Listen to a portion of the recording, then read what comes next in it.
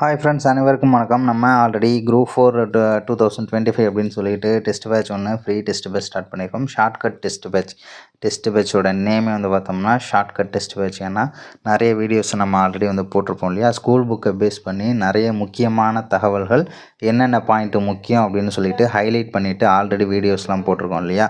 So நமக்கு வந்து எக்ஸாமில் என்னென்ன தேவை, அதிகபட்சம் எது ரொம்ப முக்கியம் அப்படின்றத அடிப்படையாக வச்சு இந்த டெஸ்ட் பேட்ச் அப்படின்றது க்ரியேட் ஆகிருக்கு. ஸோ இதை யூஸ் பண்ணி என்ன பண்ணலாம் அப்படின்னா, நீங்கள் மேக்ஸிமம் அப்படின்றது, அதாவது எந்த ஏரியா முக்கியமோ ஸோ அந்த ஏரியாவில் ரொம்பவே ஸ்ட்ராங்காக இருக்க முடியும். அதுவும் இல்லாமல் நம்ம வேறு என்ன சொல்லலாம் இதில் அப்படின்னா, நமக்கு எக்ஸாம் பாயிண்ட் ஆஃப் வியூவில் எது முக்கியம், பாஸ் பண்ணுறதுக்கு என்ன வேணும் ஓகேவா.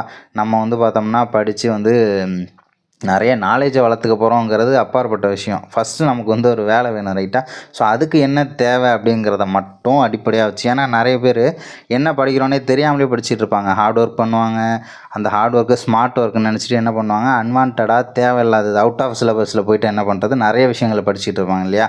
ஸோ அவங்களுக்கானது எப்படி சொல்கிறது, அவங்க எதெல்லாம் செய்கிறாங்களோ ஸோ அதெல்லாம் இந்த விஷயத்தில் நம்ம இந்த டெஸ்ட் பேட்சில் செய்ய போகிறதே கிடையாது. எதெல்லாம் எக்ஸாமுக்கு தேவை, எங்கேருந்து கொஸ்டின்ஸ் அப்படின்றது வரும். ஏன்னா நமக்கு சிலபஸ் இப்போ அப்டேட் பண்ணிட்டாங்க. பழைய சிலபஸ்ன்றது அப்படியே இன்னும் காப்பி பேஸ்ட் பண்ணலை. தமிழ்லாம் பார்த்தோம்னா பாதி சிலபஸை காணும் ஓகேவா. ரொம்ப ஈஸியாக மாற்றி கொடுத்துட்டாங்க. நமக்கு கட் ஆஃப் அதிகமாகுதா கம்மியாகுதாங்கிறதுலாம் நமக்கு அப்பாற்பட்ட விஷயம் ஓகேவா. ஃபஸ்ட்டு நமக்கு என்ன சொல்லியிருக்காங்க, எவ்வளோ சிலபஸை கம்மி பண்ணியிருக்காங்க, தமிழ்லாம் வந்து படிக்கிறது ரொம்பவே ஈஸியாக தான் இருக்கும் ஓகேவா. ஸோ எல்லாமே வந்து பார்த்தோம்னா என்னென்ன சிலபஸில் கவர் ஆகுதோ ஸோ அதை அடிப்படையாக வச்சு தான் அந்த டெஸ்ட் பேட்ச் அப்படின்றது நமக்கு ஃபார்ம் பண்ணியிருக்கோம். ஸோ அதனால் இந்த டெஸ்ட் பேட்சில் நீங்கள் தாராளமாக வந்து இணைச்சிக்கலாம் ஓகேவா.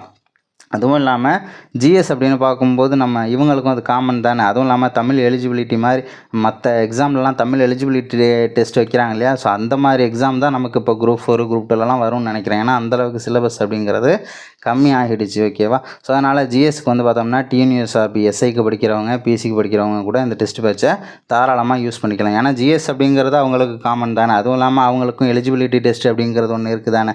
ஸோ அதனால் வேணும் அப்படின்னா நீங்கள் தாராளமாக இதில் இணைஞ்சிக்கலாம். Thank you.